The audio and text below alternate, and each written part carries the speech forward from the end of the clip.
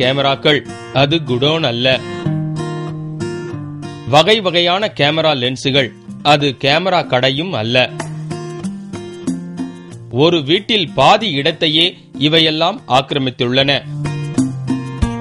அந்த காலம் முதல் இந்த காலம் வரை வகை வகையான விதவிதமான சுமார் 4500 வகையிலான கேமரா கலெக்ஷன்கள், 1500 வகையான லென்சுகள் மற்றும் புகைப்பட கருவிகளும் இங்கு இருக்கிறது. இத்தனையையும் திரட்டி வைத்திருப்பவர் சேகர். கேமரா காதலன் சேகர். ஆசிய கண்டத்திலேயே பழமை வாய்ந்த அரிய கேமரா கலெக்ஷன் இவரிடம் மட்டுமே இருக்கிறது.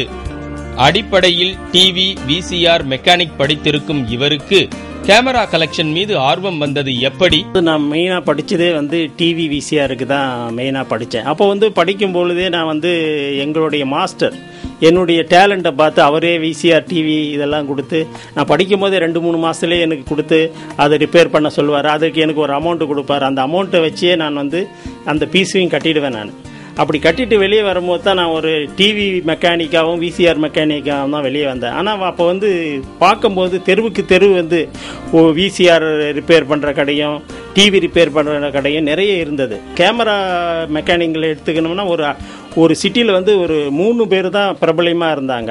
ஏன் நம்ம இந்த கேமரா மெக்கானிக் தொழிலை தேர்ந்தெடுக்கக்கூடாது? நம்ம எப்படி பேசிக்காக எலக்ட்ரானிக்கும் படிச்சிருக்கிறோம். சின்ன வயசுலேருந்தே எனக்கு மேனுவல் செய்யக்கூடிய திறமை இருந்ததுனால சரி அதை சூஸ் பண்ணி நானே கார்டு அடித்து ஒவ்வொரு ஸ்டுடியோவாக ஒவ்வொரு இடமா போய் கார்டு கொடுப்பேன்.